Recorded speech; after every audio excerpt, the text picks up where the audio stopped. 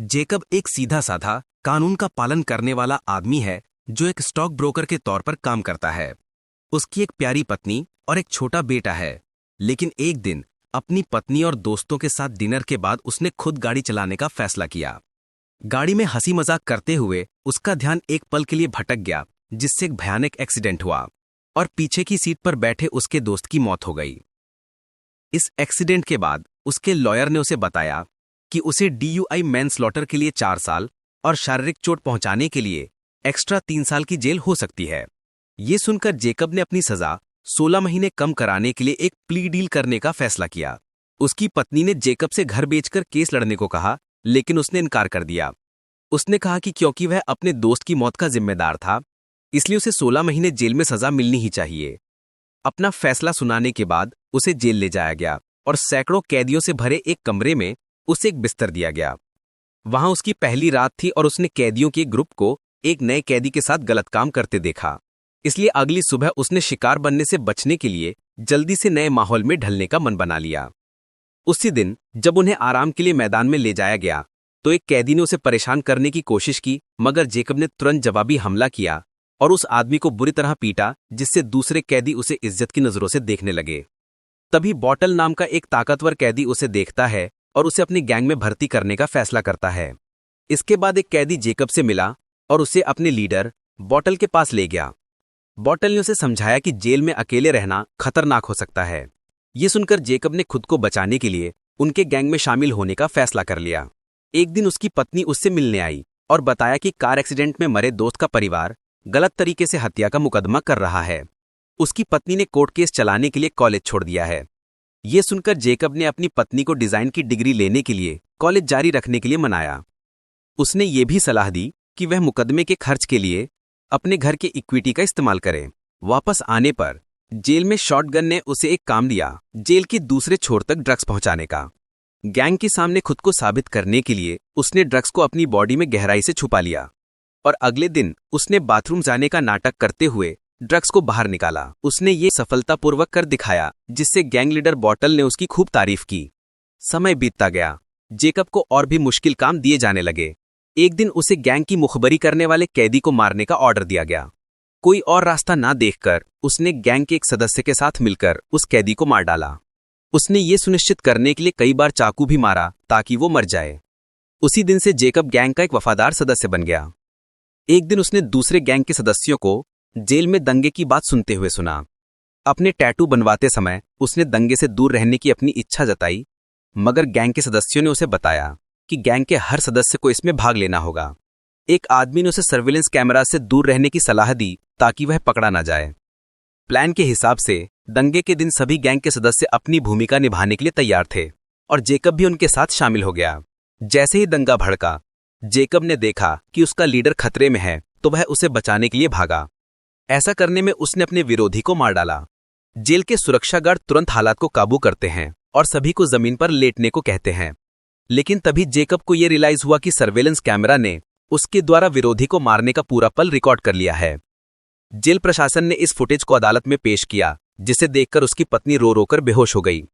Video सबूतों को देखने के बाद अदालत ने जेकब को एक खतरनाक हथियार से हमला करने के लिए 4 साल और उसके गैंग के सदस्यों के साथ संबंधों की वजह से एक्स्ट्रा 5 साल की सजा सुनाई, जिससे उसकी कुल जेल की सजा 9 साल हो गई।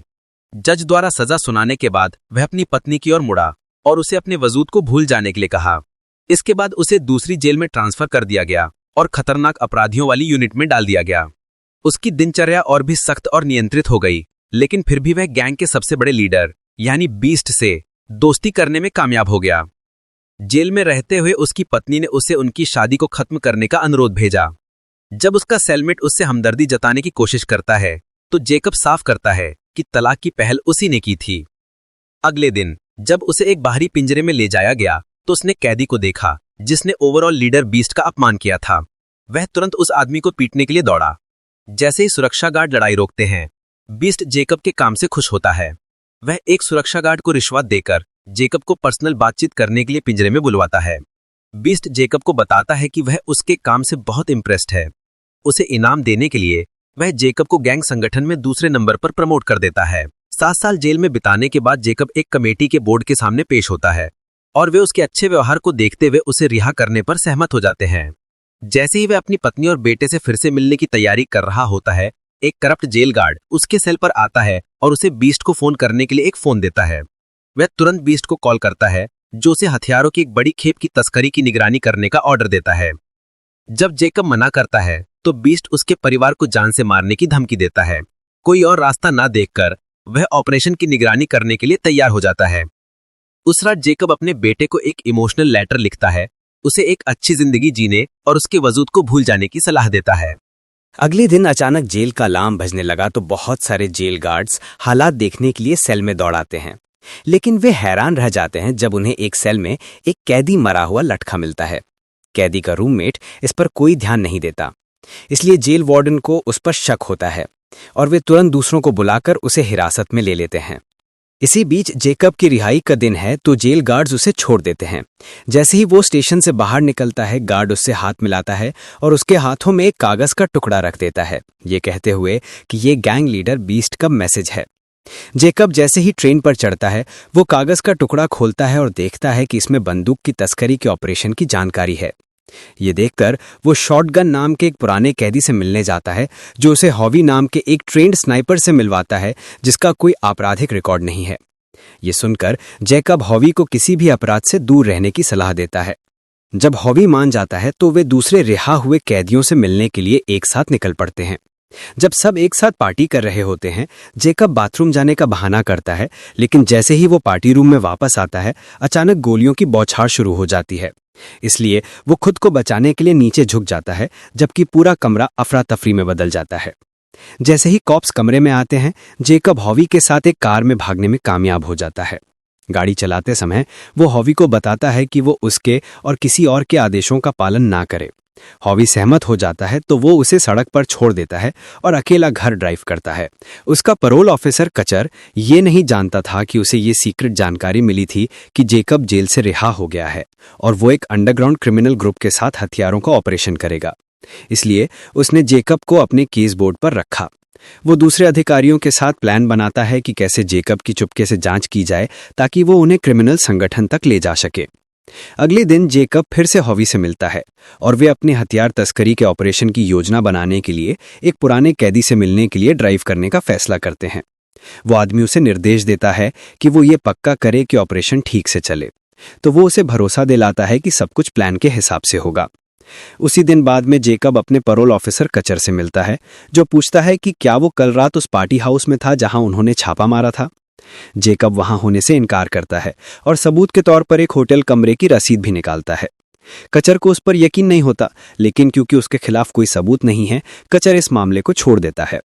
वो जेकब को एक फोन नंबर देता है और इमरजेंसी में उस नंबर पर कॉल करने के लिए कहता है।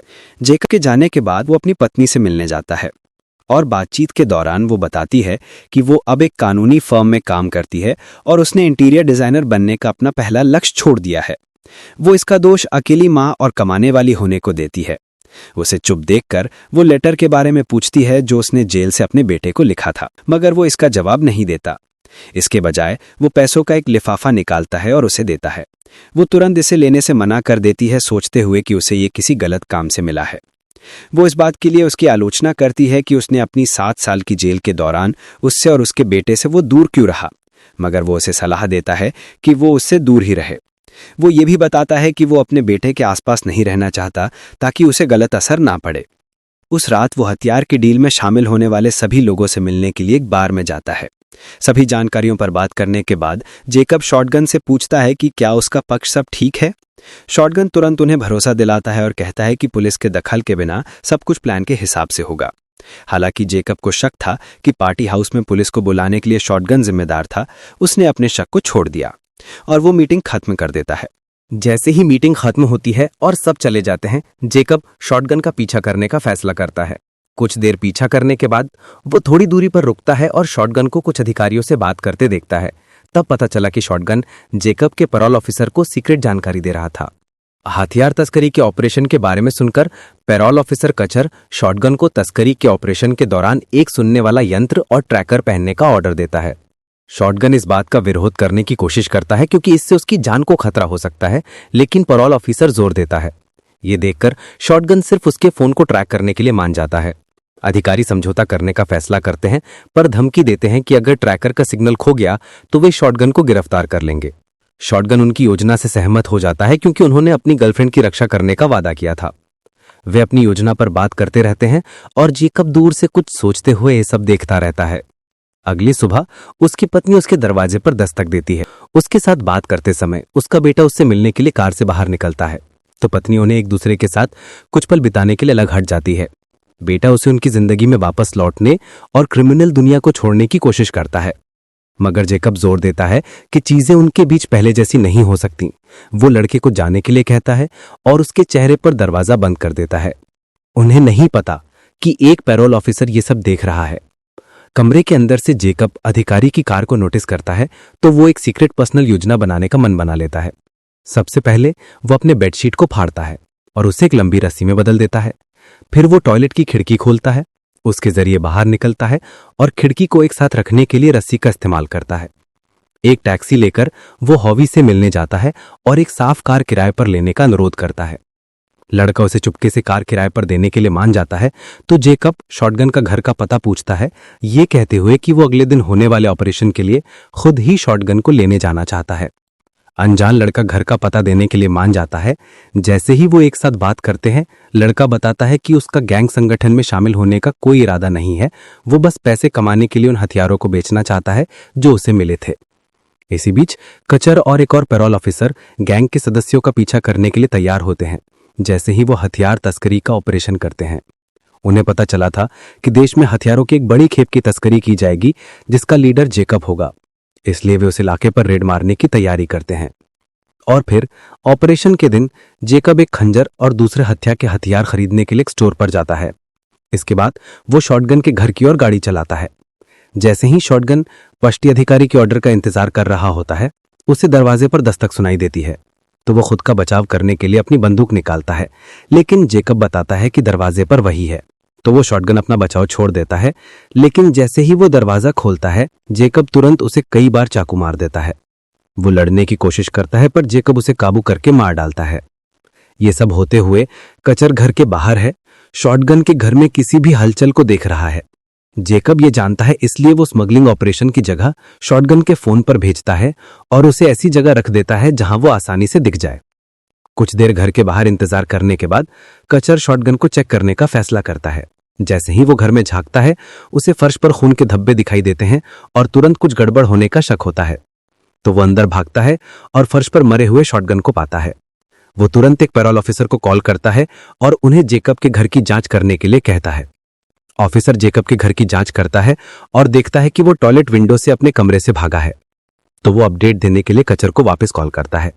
जैसे ही कचर सोचता है कि क्या करना है, उसे शॉटगन के हाथ में सेल फोन दिखाई देता है, तो वो उसे चेक करता है और पता लगाता है कि किसी ने स्मगलिंग ऑपरेशन की जगह फोन पर भेजी थी। ये नहीं जानते हुए कि जेकब ने भेजी थी, कचर उस जगह पर नजर रखने का फैसला करता है। इसी बीच जेकब अपना दिखावा जारी रखता है और ऑपरेशन की तैयारी के लिए दूसरे गैंग सदस्यों से मिलता है। जब वे शॉटगन के बारे में पूछते हैं, तो वो झूठ बोलता है कि वो उसे लेने गया था, मगर घर पर कोई नहीं मिला। एक गैंग का सदस्यों से कॉल करने की कोशिश करता है, पर कचर जो सेलफोन के साथ है उसे जवाब देने से मना कर देता है। कोई जवाब न देखकर गैंग बिना शॉटगन के ऑपरेशन को करने का फैसला करती है। जैसे ही जेकब बंदूक की खेप को चेक करता है, उसे रियलाइज होता है कि वे सभी रूस से हैं, जिससे पुलिस के लिए उन्हें ढूंढना इम्पॉसिबल है। खेप को पक्का करने के बाद वे खेप को खरीदार तक ले जाने की तैयारी करते हैं। इसी बीच कचर सॉट टीम को तस्करी के ऑपरेशन की जानकारी देता है, लेकिन वे फंस जाते हैं क्योंकि उनका मुखबिर मर चुका है और गैंग के सदस्यों की हरकतों को ढूंढने का कोई तरीका नहीं है। जैसे ही हॉवी हथियारों को ले जाने के लिए बस ड्राइव करता है, जैकब घड़ी का समय पूछता है। जवाब सुनकर वो तुरंत अपना फोन स्विच ऑन कर देता है। असल में पुलिस उस फोन को ट्रैक करने की कोशिश कर रही थी जिसने जगह का टेक्स्ट शॉटगन को भेजा था। जैसे ही फोन चालू होता है, वे तुरंत सिग्नल पकड़ लेते हैं और फोन की जगह को ट्रैक करने का प्लान बनाते हैं। लेकिन जैकब सही जगह भेजकर उनके लिए इसे आसान बना देता है, तो वे गिरफ्तार करने के लिए निकल पड़ते हैं। इसी बीच जैकब सड़क पर एक जगह रुकता है और दूसरे गैंग के सदस्यों को खेप डिलीवरी लोकेशन तक गाड़ी चलाना जारी रखने का निर्देश देता है। जैसे ही वे चले जाते हैं, वो हॉवी को एक चक्कर लगाने को कहता है। हॉवी बिना किसी शक के उसका कहना मानता है और जैसे ही वे नए रास्ते पर गाड़ी चलाते हैं, जैकब अचानक हॉवी के सिर पर एक बंदूक तान देता है। धमकी देता है कि अगर वो जानकारी नहीं बताता है तो वो गोली मार देगा। ये देखकर लड़का महसूस करता है कि जैकब धोखा दे रहा है, तो वो बताता है कि उसने वेयरहाउस में असल में 2000 हथियार पाए थे, मगर गैंग को बताया था कि उसे सिर्फ 1000 मिले थे। ये सुनकर जैकब बाकी बंदूकों की जगह पूछता है, तो लड़का रोते हुए उसे जगह बताता है। जगह मिलने के बाद वो लड़के को कार से कूदने के लिए कहता है। जैसे ही वो स्टीयरिंग को अपने काबू में लेता है, वो अपना फोन बाहर फेंक देता है और बंदूकों को ले जा रहे गैंग के सदस्यों में शामिल होने के लिए वापस मुड़ जाता है। वे प्लान के हिसाब से जगह पर पहुंचते हैं और बंदूक के खरीदार से मिलते हैं, जो उन्हें बंदूकों के लिए $1 मिलियन देता है। जैसे ही वो पैसे की पुष्टि करता है, स्वॉट टीम अचानक उन पर गोलियां चलाना शुरू कर देती है। जैकब तुरंत गोलियों से बचने के लिए छिप जाता है। जैसे ही स्वॉट टीम सभी को गिरफ्तारी के लिए रोकती है, हॉवी दूर से ये सब देखता है और ये पक्का करने के बाद भाग जाता है कि जैकब गिरफ्तार हो गया है। कुछ दिनों बाद कचर दूसरे अधिकारियों के साथ जैकब से मिलता है और उसे एक डील देता है। वे बीस्ट और संगठन पर जानकारी के बदले में उसकी आजीवन कारावास की सजा कम करने का वादा करते हैं, मगर जैकब प्रस्ताव को मना कर देता है और आजीवन कारावास लेने पर जोर देता है। ये देखकर कचर ऑफर को बदलता है और उसे बिना सजा के जेल से रिहा करने का वादा करता है, लेकिन जैकब उसे बताता है कि जेल के बाहर की जिंदगी मुश्किल होगी क्योंकि उसने संगठन को धोखा दिया था। उसकी बात सुनकर कचर ऑफर वापस ले लेता है और चला जाता है। ठीक है, तो फिर जैकब को अपनी आजीवन कारावास की सजा काटने के लिए जेल ले जाया जाता है। जैसे ही वो अपने सेल में जाता है, वो तुरंत एक टॉयलेट सीट पर बैठता है, अपने हाथों को अपने नितंबों में डालता है और एक चीज निकालता है जिसे उसने अपने नितंबों के अंदर छुपाया था। अगले दिन जैकब जब अपने सेल में घूम रहा होता है, तो एक गार्ड अंदर आकर उसे बाहर पिंजरे में खींच के ले जाता है। गैंग का लीडर बीस्ट जैकब के धोखे से पूरी तरह वाकिफ था। वो उसे गुस्से से देखता है। जैसे ही गार्ड उसे पिंजरे में बंद करता है, बीस्ट उसके धोखे के बारे में सवाल करना शुरू कर देता है, मगर जैकब जवाब देने से मना कर देता है। ये देखकर बीस्ट धमकी देता है कि वो कुछ गुंडों को भेजकर उसकी पत्नी और बेटे को मरवा देगा। ये सुनकर जैकब परेशान हो जाता है, तो जैसे ही गार्ड उसे बाहर ले जाने के लिए पिंजरे में वापस आता है, जैकब कहीं से एक छिपी हुई कांझी निकालता है और खुद को आजाद कर लेता है। असल में जो चीज उसने अपने नितंबों से निकाली थी, उसमें एक हथकड़ी की चाबी और एक रेजर था। वो गार्ड को काबू करता है और उसे अपना सिग्नल रेडियो फेंकने को कहता है। जैसे ही वो आदमी बात मानता है, वो उसे पिंजरे में फेंक देता है और बीस्ट से लड़ने के लिए मुड़ आता है। जैसे ही वो बीस्ट के पिंजरे को खोलता है, बीस्ट को रियलाइज होता है कि जैकब ने उस पर बदला लेने के लिए कॉप की रिहाई के प्रस्ताव को ठुकराकर जेल वापस आने का फैसला किया था। तुरंत वो पिंजरा खोलता है। बीस्ट उस पर हमला करता है, पर जैकब उसका गला काटने के लिए रेजर का इस्तेमाल करता है। जैसे ही वो आदमी अपनी आखिरी सांस लेता है, जैकब उसे बताता है कि जो कोई भी उसके परिवार को हाथ लगाएगा वो मर जाएगा। बीस्ट की मौत पक्की करने के बाद वो वापस अपने पिंजरे में चला जाता है और गार्ड को रिपोर्ट करने को कहता है कि उसने अपने आप को बचाने के लिए ये किया। वो इसके लिए गार्ड को पैसे देने का वादा करता है और खुद को गैंग संगठन का नया लीडर बताता है। हालात को देखते हुए गार्ड इस घटना को आत्मरक्षा के रूप में रिपोर्ट करने के लिए मान जाता है। जैसे ही कचर इसकी रिपोर्ट देखता है, वो हैरान हो जाता है। इस पर सोचते समय उसे एक अनजाने नंबर से एक टेक्स्ट मैसेज मिलता है, जो उसे बचे हुए हथियारों की जगह बता रहा होता है। तो वो कुछ अधिकारियों के साथ उस जगह पर छापा मारने जाता है। इसी बीच जैकब टेक्स्ट भेजने के बाद अपना सिम कार्ड तोड़ देता है और एक गार्ड को फोन को नष्ट करने को कहता है। जैसे ही वो जेल में अपनी आजीवन कारावास की सजा काट रहा होता है, उसे अचानक अपने बेटे का एक हाथ से लिखा हुआ लेटर मिलता है। लेटर में लड़का वादा करता है कि वो अपनी मां के साथ एक अच्छी जिंदगी जिएगा। वो अपने पिता को हर चीज के लिए माफ भी कर देता है। इसे पढ़ने के बाद जैकब इमोशनल हो जाता है और अपनी पत्नी और बेटे की तस्वीर की ओर देखने के लिए मुड़ता है। वो चुपचाप उस सामान्य जिंदगी के लिए दुखी होता है जो वो जी सकता था अगर वो एक्सीडेंट उस दिन नहीं